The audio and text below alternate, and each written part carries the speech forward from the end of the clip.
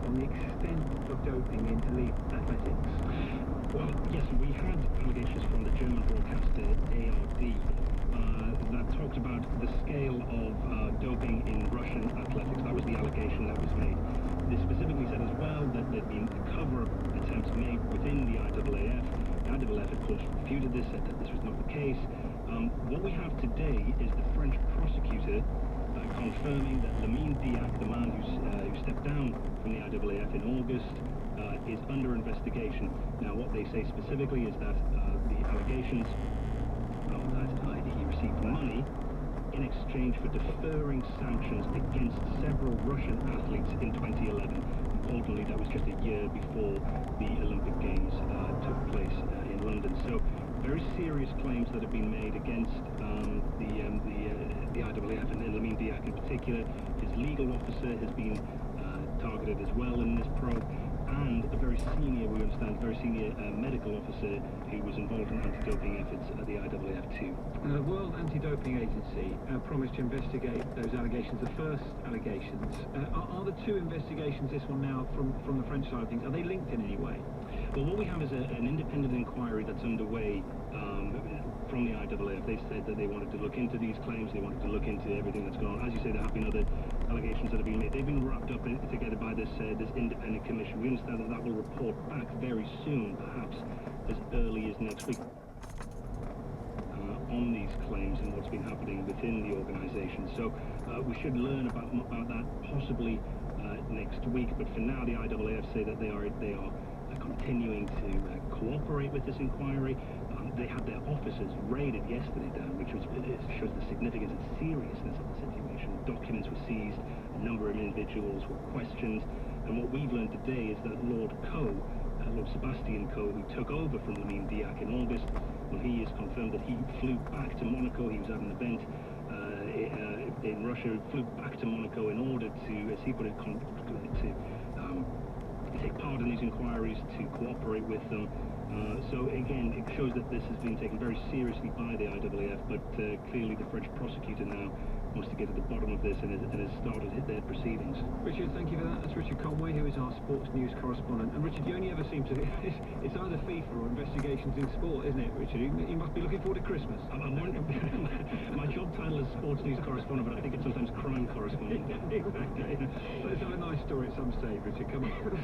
It's just going up to 10 minutes to 2 o'clock. It's afternoon edition on 5 Live. There's slightly better news this week for the 2,000 workers made redundant from Teesside steel industry. The first part of the government's £80 million support fund has now been released, with up to £3 million being given to local colleges to help workers retrain. Last week, you remember, we met Ken McLasson, who said that the local job centre didn't meet his expectations. Well, he's now had a meeting with Redcar and Cleveland College. Our reporter Fiona Trott caught up with him to find out what happens next.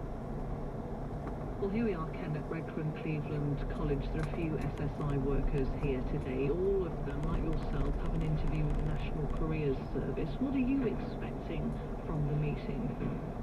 Hopefully to get on a course that could be constructive to put me back into employment. Is there anything that you have in mind? Yeah, a health and safety course called NEBOSH. What will that help you do? Hopefully stay in the same line of employment that I was in before, which was a production supervisor. I've got other examination qualifications to go with my supervisory skills, so I'm hoping that having given this course, will add to that, and it's more to put my CV to look more attractive to employers. How important is this meeting for you today? Because what has been your experience so far with other avenues like Job Centre Plus? I wouldn't say it was very important, because up to now I don't think it's any importance to anything. Job Centre Plus isn't of any worth other than signing your name. They haven't been helpful in any way whatsoever. You have to research all the jobs yourself. The name's a misnomer. Job Centre Plus, Job Centre minus, differently. Hi Ken, I'm Martin from the National Careers Service. Pleased to meet you. Pleased to meet you, Martin. Great, do you want to come through? We'll have seated here. Over the last couple of weeks we've been supporting obviously the staff that have been made redundant from the SSI plant in Redcar, just to see what advice and guidance we can give them, helping them look at training, new careers and new opportunities. So I'm happy to work with you today to see what we can do to help you and obviously see what we can do to help you going forward. Okay, smashing. That sounds good. So Ken, you've just finished your session with Martin now. What do you think? It was extremely good. He seemed interested in what I'd done in my career with SSI. He advised me on their courses. It was extremely good. What about that new Bosch course that you were telling us about? Are you able to get on one of those? Yes, certainly, yeah. No problem there, so I'm extremely pleased. You seem so much more positive than you did an hour ago before you went in. Yes, no, definitely, absolutely, definitely, yeah. Martin was very reassuring. Advised me on what courses, other courses I can go on for things that I've done, and he's put me forward for them. So Things you probably didn't know about. yeah, definitely, yeah. Okay, so what happens next?